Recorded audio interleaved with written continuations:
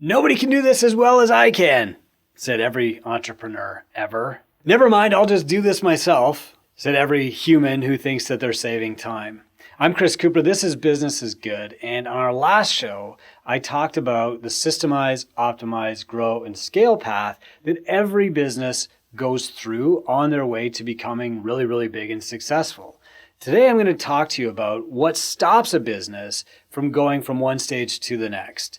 There are different obstacles, and if you picture each stage as a mountain peak, I'm going to show a graphic here on YouTube. If you're listening on the podcast, you might want to subscribe to the YouTube channel. Sometimes just seeing this stuff actually helps it sink in a little bit better. But if you picture systemize as a small mountain peak, and then optimize as a slightly higher peak, and growth as a higher peak, and then scale as the highest peak of all, what you'll notice is that there are dips in between these peaks. So if you're a mountain climber going from a small mountain, systemize, to a slightly bigger mountain, optimize, you have to go through this trough. And we call this trough the swamp of perfection. And that's what we're going to talk about today.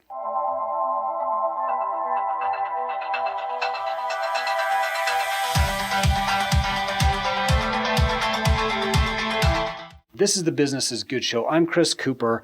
And if you want to join in the conversation about this, just go to businessisgood.com, click on Join the Movement, and you'll be guided to our free Facebook group, which is full of CEOs and entrepreneurs just like you from around the world who are trying to go from systemize to optimize to grow and then to scale. Early on in my career as a fitness coach, my mentor told me to work more on my business and less in my business. You've probably heard this before, but what he meant was do the things that grow the business instead of doing the things that actually run the business. So more time on marketing, less time doing personal training, for example.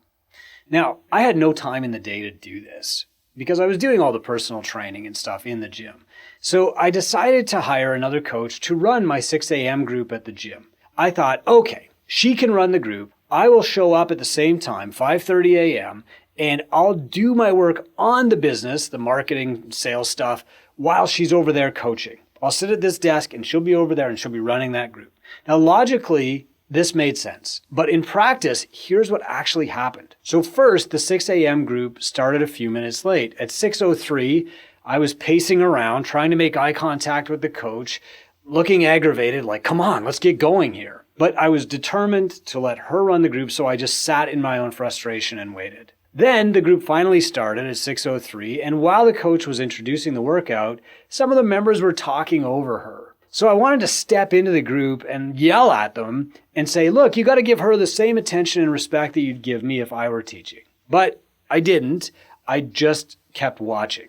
A few minutes later, she demonstrated an exercise in kind of an imperfect way. She gave the clients a cue for the deadlift that really didn't make sense to me. And so I was even more tempted to jump in. And within 20 minutes, that's what I did. I jumped in and I told myself I was like helping and I was facilitating the group and she would learn from watching me. In the short term, this was the wrong move because I was no longer spending the hour working on my business. I was spending the hour micromanaging somebody that I was paying to do the job, right? But then after the group happened, I pulled her aside and I went through my whole list of here's the problem with what you did.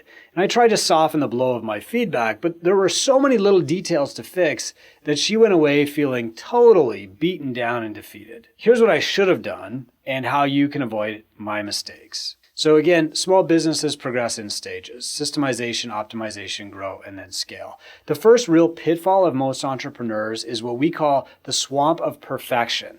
They can't go from systemization to optimization because they feel this need to have every staff person do everything in the business exactly the way the owner would. And this is a really dangerous trap that can actually stop a small business from growing. The swamp of perfection looks like micromanagement. It looks like constant oversight. I once watched our cleaner working through our security cameras. I was laying in bed at home. It was 9 o'clock at night and I'm watching him do a really bad job mopping. Don't ever do that, okay? It also looks like recurring enforcement of rules for clients and staff. You guys are just not getting this. I put up a sign. We're going to talk about it again until everybody gets it at the staff meeting.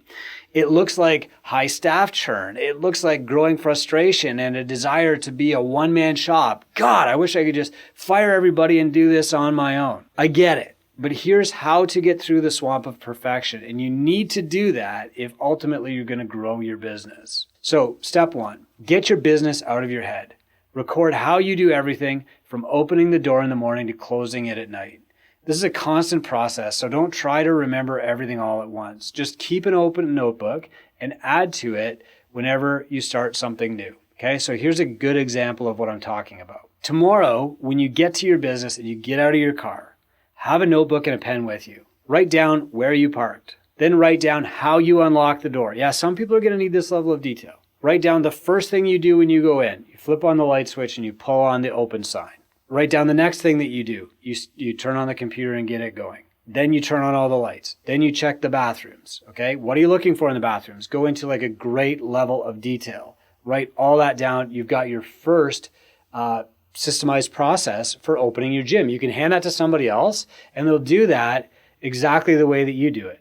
Now, they might not follow that specifically, but they will know how to do it exactly the way that you want it done. And that's step 1. Step 2, shoot for a C+ level of delivery from your staff to start. So your staff should follow your recorded systems perfectly, the way that you've laid it out, but they're still only going to actually deliver on them pretty well to start. So for example, I said one of the things in your opening checklist was check the bathrooms. Well, checking the bathrooms to you means putting a new roll of toilet paper on and giving the sink a quick wipe and pulling the shower curtain closed and making sure that there's soap and paper towels. Checking the bathrooms to your staff might only be done to a C+ level the first time. So that means they turn on the light, they look in the door and say, yep, there's still a toilet, there's still a sink, there's still a shower. Check, I've checked the bathrooms. You have to accept that they're going to deliver your system at a C+ level to start, but that's okay because this is an iterative process and you're going to upgrade your systems as you go. Your first attempt at systemization will not be perfect, but that's okay. You're going to get better and you're going to upgrade it over time. And that's what we're going to cover in the next step. So step 3 is you set up an evaluation process.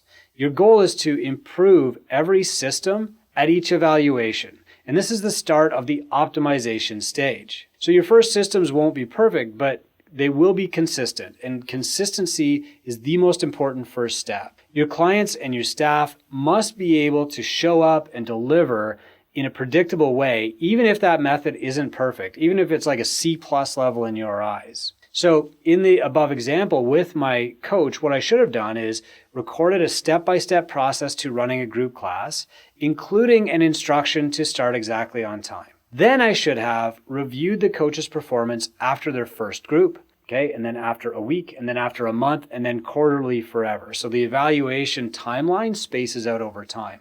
And during these reviews, I should have picked one thing to improve at a time instead of beating them over the head with this whole laundry basket of problems. Then I should have updated the process when the coach eventually did something better than my original version. So here's an example. This coach wasn't following my process because she didn't have a good process.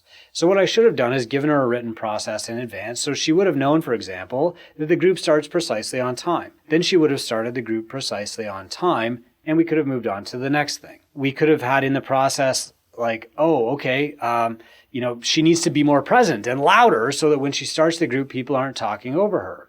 But we would have known that until we watched her do the group a few times. So in the first evaluation, I could say, hey, look, we started on time. Great job. You need to be loud and present and engaging and enthusiastic and exciting so that people are paying attention to you instead of talking to one another in the first 5 minutes. So now we add that to the process and then we evaluate her progress again a week later. We don't try to fix every problem. We don't go down the list of things that she could have done better. We try to fix that one problem. And then a week later, we evaluate again.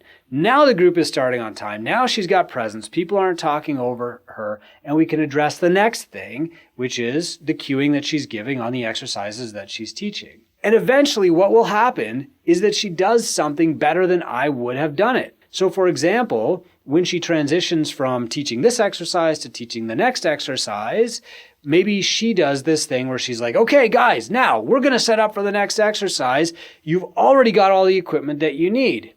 And where I might have done that differently and said, okay, now let's do exercise 2, go and get a barbell and come back, and lost the attention of the group. So over time, your staff will actually upgrade the systems for you. If you're constantly evaluating, you'll catch these upgrades, you'll standardize them for everybody, and your service will grow across the board. Okay, that's really the start of optimization phase, and that is how you get a better and better service over time. But you, the owner, have to get through that swamp of perfection by understanding that this is a long game. It's an iterative process. You can only fix one thing at a time, and you do that by having a cycle of prescription and evaluation. Look, your business will never be perfect. And even when it is perfect, you're still going to want to tweak it. And that's okay as long as you're recording your base standard, teaching your staff to deliver to that level every time, and then raising the standard through evaluation and improvement. It's critical to include evaluation in this process because better doesn't just happen without pruning out the less good stuff. The swamp of perfection is a mental one. You get through it by playing an infinite game, by seeking constant improvement and adopting a growth mindset. For me, eventually I learned that every repetition of a system in my business is just practice for the next repetition. We began to seek better instead of seeking perfect. And after a few months, my group classes were far better than the classes that I ran myself. I hope this is helpful to you. I'm Chris Cooper. This is Business is Good. If you want to chat about it, ask questions, just go to businessisgood.com, click join the movement, and you'll be guided to our free Facebook group where you can chat with other CEOs and entrepreneurs around the world about all of this, no matter what stage you're in.